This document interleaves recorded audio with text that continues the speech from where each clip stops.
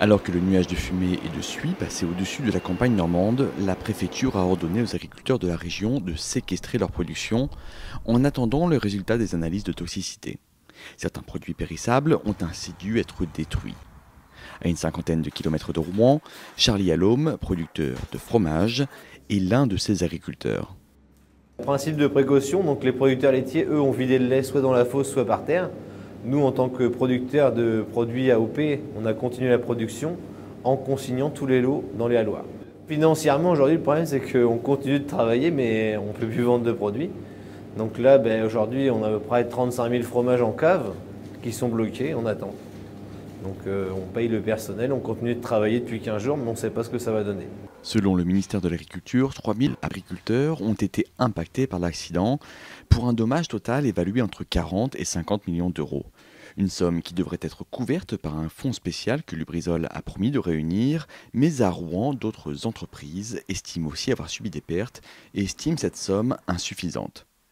Le commerce de centre-ville a été particulièrement impacté par cette catastrophe pour plusieurs raisons. Parce que tout d'abord, le panache de fumée a forcément eu un impact sur la fréquentation du centre-ville, notamment le jeudi, le jour de l'incendie, mais également le vendredi et le samedi, avec des baisses de fréquentation de l'ordre de 50%. Au-delà des commerçants, des fournisseurs, sous-traitants et clients du Lubrizol ont également dû ralentir leur production et mettre leurs salariés en chômage partiel. Ce qui pose une question clé. De telles industries chimiques ont-elles leur place près des grandes villes ?